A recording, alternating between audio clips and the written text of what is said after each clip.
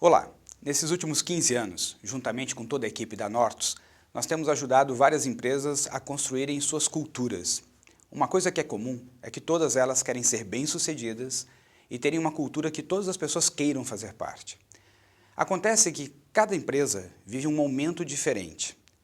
Uma pela história de vida da própria empresa e também pelo mercado em que ela atua, as condições que o mercado oferece para ela atuar, o que leva em consideração as tecnologias disponíveis, também o nível de concorrência, o estágio de desenvolvimento dos seus concorrentes e o estágio de amadurecimento dos seus produtos, serviços, ideias, etc.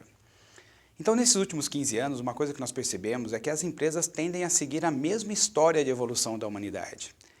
Com o passar dos anos, acabamos tendo acesso também aos estudos do Dr. Clare Graves, que comprovaram exatamente os níveis e estágios com que o desenvolvimento humano acontece. Isso acontece para uma pessoa, para uma equipe, para uma empresa, para um país e até para toda a humanidade. Depois de identificado esse nível, fica muito mais fácil atuar com uma pessoa, mas o mesmo acontece também para uma equipe e para uma empresa. Então, a nossa intenção aqui nesse bate-papo, nessa interação que nós vamos ter com vocês, é exatamente apresentar esses níveis e como então nós podemos ser muito mais eficazes na aplicação de qualquer projeto dentro de qualquer organização. Para isso, eu gostaria de começar trabalhando dois paradigmas. Nós temos o paradigma mecânico e o paradigma orgânico. O paradigma mecânico ele é fruto de uma física newtoniana somada à forma como Descartes organizou todo o conhecimento humano. Isso fez com que nós tivéssemos uma visão linear e víssemos o universo como se fosse uma grande engrenagem. Quando você tem uma grande engrenagem e tem uma peça que não funciona bem, o que você faz? Você troca. Mas será que o universo é realmente apenas uma grande engrenagem? Fruto dos estudos da física quântica, holográfica e até da física da informação, nós começamos a perceber que o universo se parece muito mais com um organismo. É como se fosse algo vivo, interagindo, evoluindo, se transformando, combinando e recombinando. Você não consegue ser exato no que vai acontecer. Existem infinitas possibilidades do que podem acontecer e depende das combinações dessas possibilidades.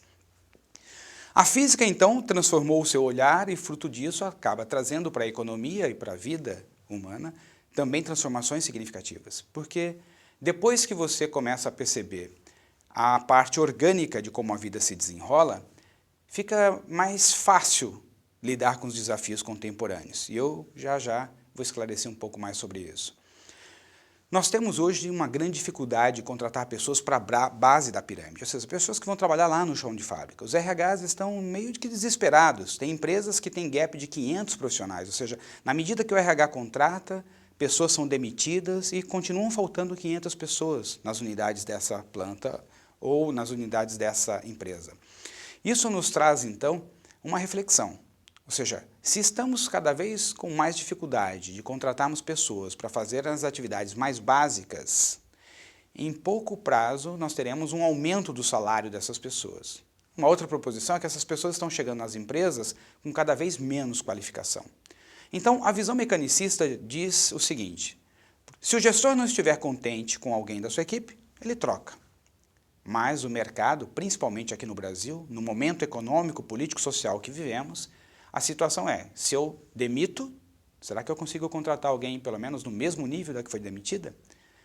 Então, naturalmente, estamos sendo convidados para um paradigma orgânico. No paradigma orgânico, se alguma coisa não vai bem, nós tratamos. No mecânico, trocamos. No orgânico, tratamos. Por exemplo, se os seus rins não estiverem funcionando bem, a primeira coisa que você fará é buscar auxílio médico e buscar um tratamento. Agora, em último caso, aí sim, se os seus rins estiverem colocando em risco a vida do todo o corpo, automaticamente você vai partir para um transplante, uma troca. A mesma coisa acontece nas empresas. Então, o paradigma orgânico ele vem surgindo naturalmente fruto das questões políticas, econômicas e sociais que estão acontecendo em vários países no mundo. A escassez de mão de obra para a base da pirâmide faz com que os gestores precisam cada vez mais se qualificar para saber lidar com as pessoas, para saber conduzir as pessoas na direção que a organização precisa. Agora, voltando para o RH acaba fazendo uma integração, na verdade, entre visão mecânica e visão orgânica. Porque o grande lance nesse momento que estamos vivendo não é escolhermos se teremos uma perspectiva mecânica na nossa empresa ou orgânica na nossa empresa. O momento que nós estamos vivendo é um momento que precisamos integrar a visão mecânica com a orgânica. Porque há coisas nas empresas que precisamos ver de forma mecânica, mas há coisas que precisamos considerar de forma orgânica. E saber com bom senso quando colocar um paradigma em ação ou outro, isso é fundamental. E nós vemos isso como uma missão do RH hoje, ajudar os gestores a saberem encontrar esse time. Nos últimos 15 anos, talvez eu tenha trabalhado com aproximadamente 1.500 gestores, na formação em liderança desses 1.500 gestores. E uma das perguntas que eles mais me fazem é como saber a hora certa que eu devo ou não demitir uma pessoa. Ou seja, qual é o momento em que eu troco? Até onde vale a pena tentar mais um pouco com a pessoa? E percebe-se que muitas vezes eles estão presos em um paradigma ou em outro. E quando eles integram essas duas formas de ver, as coisas acontecem com muito mais naturalidade. Então as empresas, uma vez que elas são conduzidas por seres humanos, e seres humanos são sistemas abertos, e o que significa isso? Que nós transformamos o meio ao mesmo tempo que nos transformamos, e que nós aprendemos e nos adaptamos ao meio, ou seja, nós trabalhamos de forma orgânica. Assim como o organismo, que se a sala estiver muito quente, começa a suar para resfriar, o ser humano, dependendo do que está acontecendo no mercado, por exemplo, ele precisa se adaptar para ele continuar vivo dentro desse mercado. E assim funcionam as empresas. Então, é preciso que a gente consiga fazer essa integração desses dois paradigmas. Mas a vida de uma empresa, ela segue a mesma história da vida da humanidade. Então, assim como um paradigma orgânico que vai se adaptando ao meio, as condições de vida vão fazendo surgir cada vez mais novos modelos de gestão dentro das organizações. Então, imagine como se fosse uma espiral e que a cada voltinha que nós vamos dando, a cada construção desse grande caracol, automaticamente vai aumentando o número de informações que a empresa roda, o nível de complexidade dessa organização, e a partir daí precisa se rever todo o modelo de gestão implementado dentro dessa empresa. Então vamos conhecer até agora os 9 níveis mapeados e vamos viajar um a um.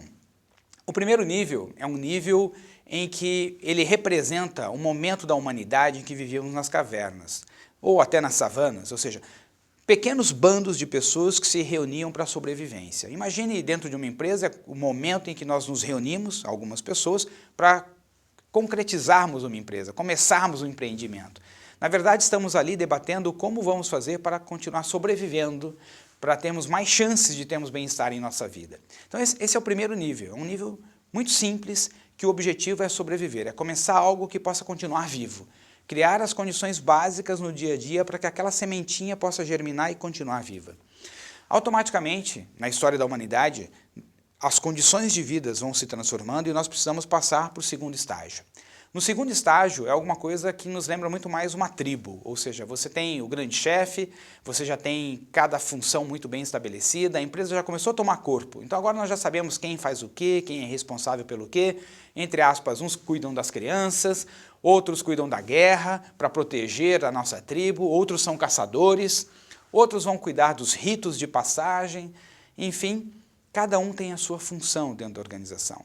E muitas vezes as empresas que vivem esse nível, elas vivem um nível muito familiar, em que o patrão faz o papel do grande pai, ou às vezes de uma grande mãe. Todas as decisões são tomadas por ele ou por ela. É comum em empresas que estejam vivendo nesse estágio evolutivo que esses patrões ou os chefes acabam sendo convidados para serem padrinhos de batizado das crianças, padrinho dos casamentos. Por quê? Porque o vínculo não é de trabalho, é um vínculo quase familiar. As pessoas estão ali, elas criam um vínculo familiar e de segurança dentro daquelas relações.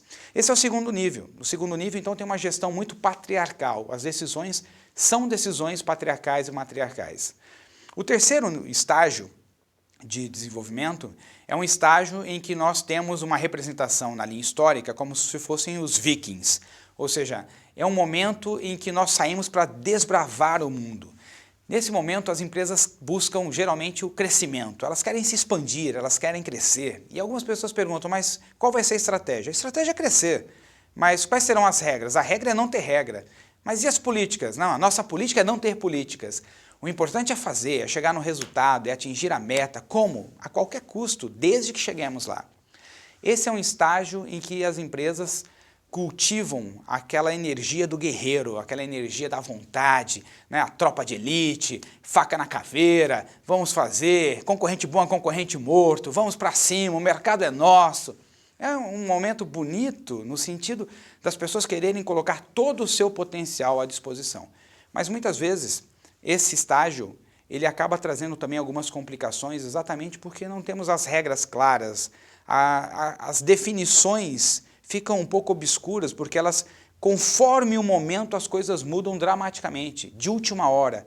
Tudo é feito de última hora, tudo é feito na correria, tudo é feito para agradar e atingir aquela meta ou agradar alguém dentro da organização. Então, vive-se uma certa loucura dentro da empresa. As pessoas acabam não tendo hora para nada, a vida pessoal começa a ser muito sacrificada e algumas pessoas então começam a questionar o momento da empresa, ou seja, essa expansão maluca a qualquer custo e as pessoas começam a pensar assim, poxa, até onde eu vou suportar esse tipo de situação? Na hora que a empresa começa a viver esse caos, naturalmente chega o quarto estágio. O quarto estágio ele vem para colocar a ordem nesse caos. Geralmente, na história da humanidade, poderíamos representar como os templários, ou seja, é preciso combater essa agressividade solta. E os templários representam o quê? A lei, a ordem. Então, é preciso que tenha-se claramente definidas as políticas dentro da organização, o organograma da organização, quem tem autoridade sobre o quê, quem pode o quê, quem manda em quem é responsável pelo quê. E isso começa então a dar uma estruturada dentro da empresa. As coisas começam a tomar forma dentro da empresa. Por incrível que pareça, na história da humanidade, todos os países que viveram esse momento de transição do terceiro nível para o quarto nível, geralmente eles instituíram alguma grande religião. Todos os ismos, cristianismo, budismo, taoísmo, shintoísmo, eles acabaram nascendo como uma ideia para ordenar o caos que estava sendo promovido pela forma inconsciente das pessoas viverem e agirem no dia a dia. Dentro das empresas isso também acontece. Então é esse o momento em que muitas vezes nós vamos criar os procedimentos, os processos muito bem definidos e desenhados, de modo que as pessoas possam saber como as coisas acontecem aqui dentro. E esse quarto nível, ele acaba sobrevivendo e indo muito bem até que as empresas começam a ter alguns problemas. Muita burocracia, muitos papéis, a produtividade anda baixa porque precisa seguir toda a hierarquia e a empresa começa a perder ritmo e as pessoas começam a questionar se tanta estrutura realmente é necessária para fazer a coisa rodar. E aí, naturalmente, começa a convidar então para o quinto estágio. O quinto estágio chega dando um dinamismo, uma modificada nessa estruturação toda. Então, começam os questionamentos. O que realmente aqui é importante? Será que toda essa estrutura é necessária? Será que não tem algo aqui que a gente possa excluir? Será que não há como colocar mais velocidade? E geralmente nessa fase começa a fase das metas, dos objetivos ousados, começa o momento da meritocracia, vamos mensurar, quem faz mais, recebe mais. Então é um momento em que volta de novo aquela energia do fazer, e um fazer movido por metas, por indicadores, tudo precisa ser medido, tudo precisa ser acompanhado e, obviamente, reconhecer aqueles que têm um melhor desempenho. Isso funciona maravilhosamente bem. Até que, naturalmente, como qualquer outro estágio que nós já passamos, começamos a ter as suas consequências. Dentro da empresa, começam as competições. As reuniões começam a ser para ver quem vai contribuir mais, para quem vence mais as discussões, para quem tem a melhor ideia, para quem tem o melhor projeto. Quando se reúne as pessoas na reunião de resultado mensal, discute quem fez mais, quem foi mais longe. E, veladamente, começa uma competição, um caos dentro da organização, com as pessoas querendo aparecer mais que as outras.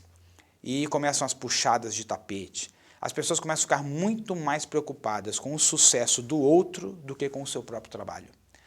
E isso, obviamente, começa a diminuir a produtividade. Ao mesmo tempo que aquilo que foi tão fantástico, que era criar os indicadores, fazer esse acompanhamento, reconhecer as pessoas que mais estavam contribuindo com a organização, agora, a maior parte do tempo dos gestores fica para resolver conflitos dentro da equipe. As reuniões começam a ser altamente improdutivas, porque as pessoas competem no lugar de contribuir, colaborar e se desenvolver. e aí automaticamente a empresa paga um custo alto. Mesmo que ela tenha vários indicadores e como a primeira fase acaba durando às vezes meses e anos, então ela tem um bom caixa ainda, mas ela começa a questionar também até onde vale a pena essa pressão toda em cima das pessoas. Naturalmente, começa a vir uma nova fase. Esse novo estágio, que nós chamamos do sexto estágio, é um estágio colaborativo. Por uma questão de necessidade, as pessoas para continuarem sobrevivendo dentro dessa organização precisam aprender a colaborar, elas precisam aprender a contribuir umas com as outras. E aí começa então todo um trabalho de conscientização de que a diferença é que nos torna fortes. Por exemplo, na natureza, quanto mais diferentes forem os indivíduos de uma espécie, mais chances de sobrevivência tem essa espécie. Porque se todos nós fôssemos idênticos, um vírus que matasse um de nós, nos mataria a todos. Então, para a natureza, quanto maiores forem as diferenças, mais chances de sobrevivência. Quando as pessoas começam a perceber isso, elas começam a perceber que aquela pessoa quietinha, observadora, que gosta de focar nos detalhes, aquele chato que acha pelo em ovo, pois é, ele é extremamente importante para a organização, porque ele nos ajuda a enxergar coisas que nós não estamos enxergando. Aquele outro extrovertido, falante, animado, que gosta de fazer relacionamento, faz amizade com facilidade, também é extremamente importante para a organização. Aquele outro que é estratégico, que pensa a médio e longo prazo, que sempre está pensando nas consequências, e toda decisão que vai ser tomada, ele sempre traz as consequências de médio e longo prazo e pede para que a gente repense se realmente é a melhor decisão, é extremamente importante para a organização. Aquele outro super criativo, que está sempre viajando no tempo, quase nunca presente onde o corpo está, mas quando tem um lampejo, traz grandes ideias, também extremamente importante para a organização. Quando nós despertamos esse olhar, que a soma dos diferentes nos torna mais fortes, e começamos a aproveitar essa energia para colaborar e construir algo incrível e inédito, algo que não é de 1, 2, 3 ou 4, mas um produto de todos nós, nós estamos vivendo o melhor momento do sexto estágio. E isso tende a fluir maravilhosamente bem, mas como todos os outros estágios, com o passar do tempo, isso acaba levando a empresa ou o grupo que está vivendo esse estágio para reuniões intermináveis. Então, como todos são importantes, como todos devem ser ouvidos, então também precisamos do consenso entre todos para cada passo que vamos dar. Geralmente, quando a empresa começa a viver esse estágio, ela começa a pensar em derrubar as paredes do escritório, e de modo que todo mundo possa ver todo mundo. As reuniões geralmente utilizam salas com mesas redondas, assim ninguém se sente mais importante que ninguém, não existe cabeceira para que alguém sente. As pessoas buscam consenso, tudo é muito conversado. É preciso que todos participem, que todos saibam de tudo que está acontecendo. E, como consequência disso, aquilo que no início nos fez inovar e construir coisas juntos, acaba com que a gente comece a ficar lentos nas nossas decisões e muitas vezes com discussões intermináveis. O final de uma reunião é sempre a data da próxima reunião. E aí a gente discute, então tá bom, então quando nós vamos nos reunir de novo, marcamos a próxima reunião, continuamos as discussões e marcamos a data da próxima reunião. Quando a empresa começa a viver esse tipo de situação, automaticamente o caixa dela começa a sentir. E a partir daí, como o bolso começa a falar mais alto, a empresa começa a olhar e repensar tudo. E aqui acontece algo muito, muito interessante. Muitas vezes, quando a empresa vive no sexto estágio, ela começa a lembrar das épocas boas de se ter metas, de se cobrar, e de se voltar a ter sonhos grandes.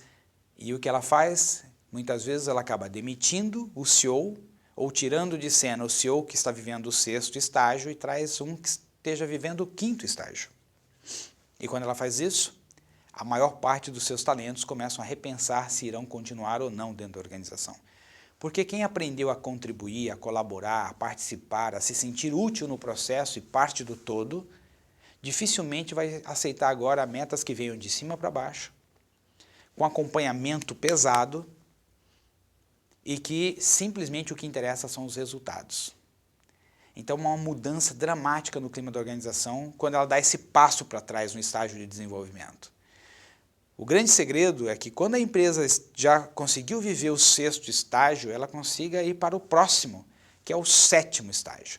No 7º estágio é uma visão muito mais integrativa. É a primeira vez, e isso é uma coisa incrível que acontece com uma pessoa, com uma equipe, com uma empresa, com um país, que passamos a olhar todos os outros níveis anteriores e começamos a ter o insight de que todos eles são importantes.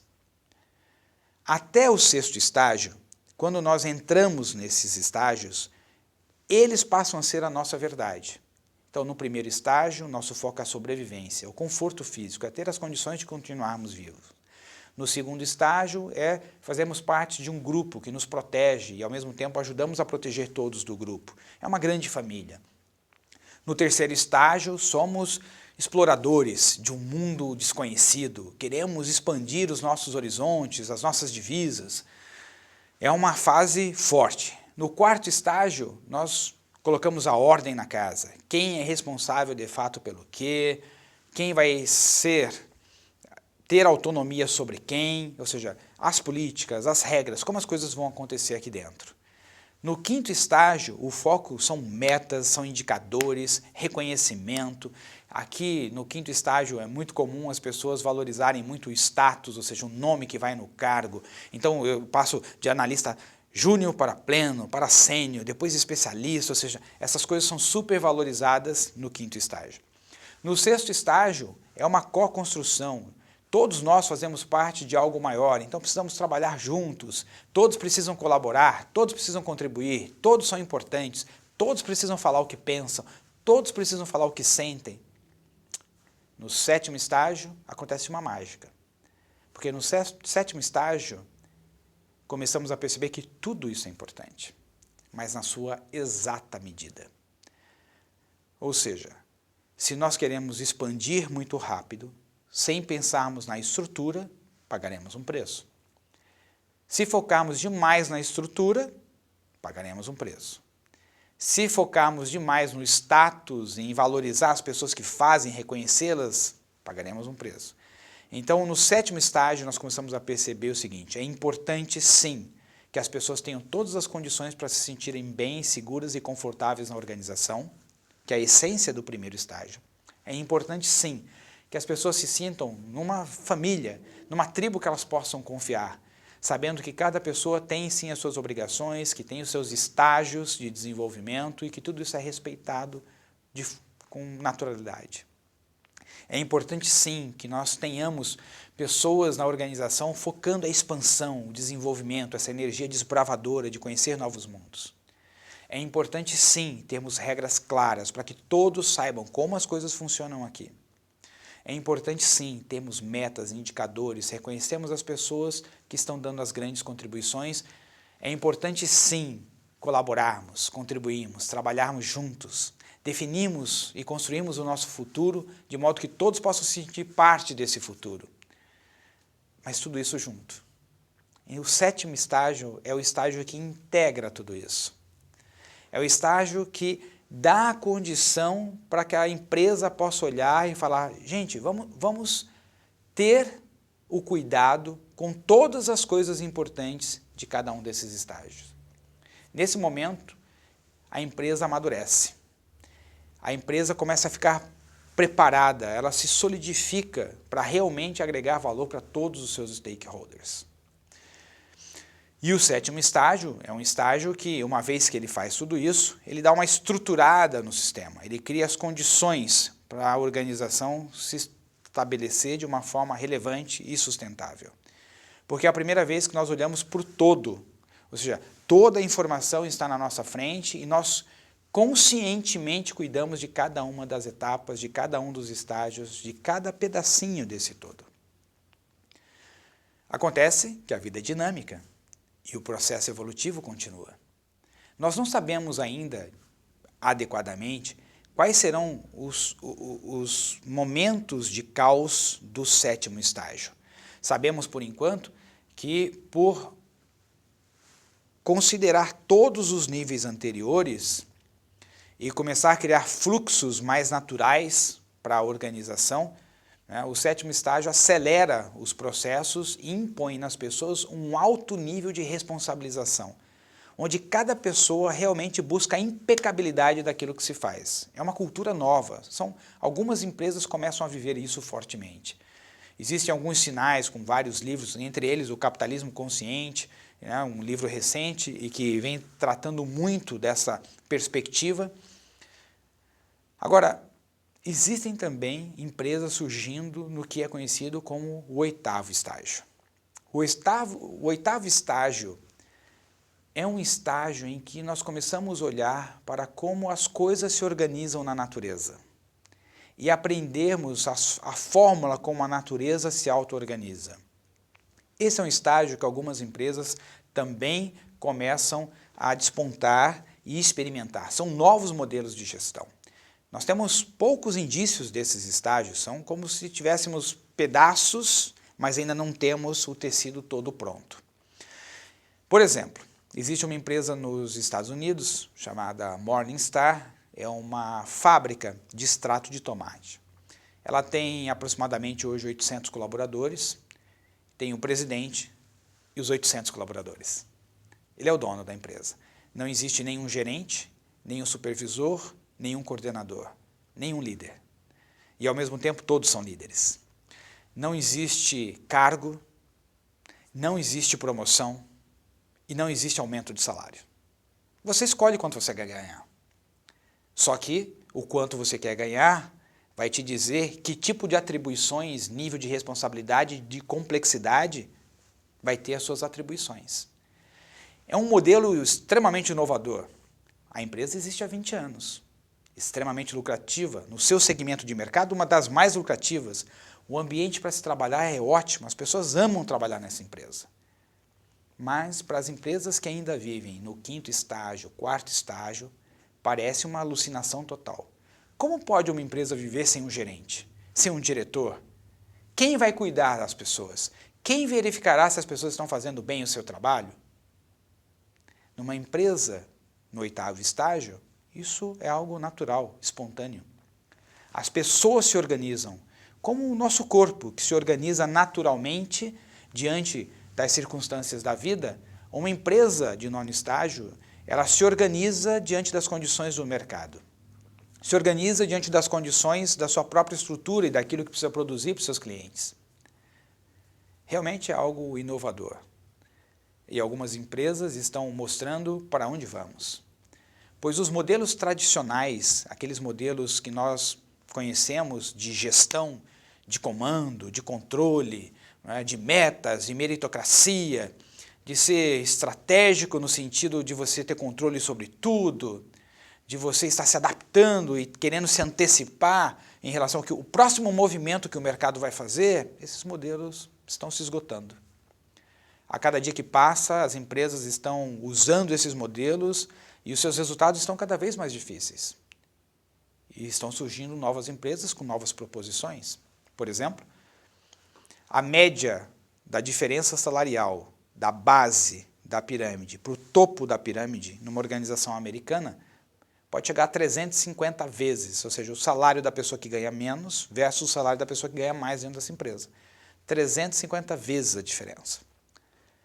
Essas empresas que estão no 8º estágio, elas são empresas que estão propondo no máximo 30 vezes a diferença. Então, se o presidente quiser ganhar mais, ele vai precisar criar as condições para que todas as pessoas ganhem mais. E o que é trabalho de base da pirâmide passa a ser transformado por um conceito de simplesmente atribuições que precisam ser feitas. E todas as pessoas que estão na organização, de alguma forma, contribuem para que isso aconteça. É uma mudança de paradigma. Algumas pessoas não conseguem nem sequer imaginar, mas já se transformou um case de Harvard. Esse case já foi publicado na revista Harvard Business Review, e você pode ter acesso a esse material. Inclusive, ele já foi distribuído aqui no Brasil pela revista Exame. É um material muito interessante. E nós estamos indo para o 9º estágio. O 9º estágio é um estágio considerado holográfico. O que sabemos são indícios de como ele será, mas não temos ainda informações de nenhuma empresa que atue, porque ela vai precisar de tecnologia que permita esse nível holográfico. No nível holográfico, nós teremos uma empresa que sabe exatamente tudo o que está acontecendo a qualquer momento sobre qualquer colaborador, mas não com a intenção de controle, mas simplesmente pela intenção de compartilhar as informações, para que cada pessoa possa tomar a melhor decisão possível em cada atitude que está tendo dentro da organização. Isso significa que um vendedor, visitando um cliente no campo, ele também estará representando a área financeira da empresa, preocupado com as finanças da empresa.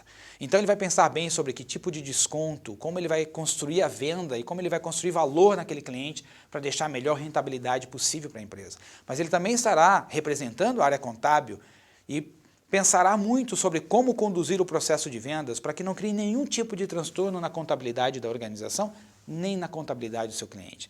E ele também estará pensando nas questões ambientais da empresa, ele também estará pensando na questão do marketing, ou seja, no valor da marca e a imagem dessa marca no cliente, na forma como ele dirige o seu carro, na forma como ele usa a roupa que tem a logomarca da empresa. Mas ele também estará pensando no RH, porque ele estará atento aos talentos e às pessoas talentosas que ele gostaria de ver trabalhando na empresa dele. Ele também estará atento às oportunidades de pessoas que estão fazendo bem o seu trabalho para aprenderem e estará trazendo para a sua organização informações sobre como as outras pessoas e os concorrentes estão trabalhando nessas empresas. Ou seja, um profissional holográfico é aquele profissional que pensa como se fosse o todo em ação. É como se ele fosse a representação física individual de toda a empresa. Esse é o mundo que estamos vendo emergir. A física quântica holográfica nos mostra que no universo tudo acontece instantaneamente. Não há tempo, nem espaço. É instantâneo. Isso nos permitiria pensar numa empresa que vai além do que seria gestão à vista, porque gestão à vista hoje é você ter todos os números da informação instantaneamente em um grande painel e você possa acompanhar quanto já foi produzido, quanto já foi vendido, quantos pedidos já entraram, e você tem todas as informações online e o mais próximo possível do momento que essas informações estão acontecendo. Mas uma gestão holográfica, ela é instantânea. Significa que cada pessoa da empresa toma decisões com um nível de consciência como se fosse o dono dessa empresa. Com o mesmo cuidado, com a mesma consciência, com a mesma atenção, com o mesmo carinho por cada coisa que se faz. É um nível que nós veremos desdobrar naturalmente, fruto do aumento de consciência de toda a humanidade. A partir do momento em que as pessoas começarem, e já estão começando, a valorizar o produto que vem de uma empresa que produz algo de forma orgânica. O produto que vem de uma empresa que cuida não só do meio ambiente, mas dos seus colaboradores, da comunidade em que faz parte, que contribui de alguma forma para a evolução humana e a continuidade da vida no planeta Terra. Médio e longo prazo, estaremos vendo o que estamos aqui denominando inicialmente como organizações holográficas. E isso significa aplicar a mesma fórmula que o universo usa para evoluir. São organizações auto-organizadoras, ou seja, a empresa cria as condições para que ela possa se auto-organizar diante de qualquer cenário. Então, o que vem depois de um RH estratégico?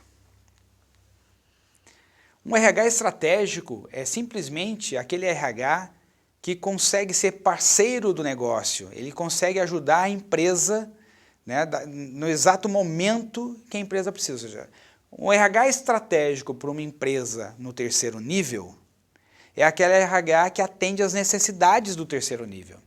Quando a empresa está vivendo o quarto nível, o RH estratégico para aquela empresa é o RH que consegue ir lá e dar as condições que a empresa do quarto nível necessita. Mas o que vem depois disso? Na nossa avaliação, vem um RH consciente, vem um RH integral.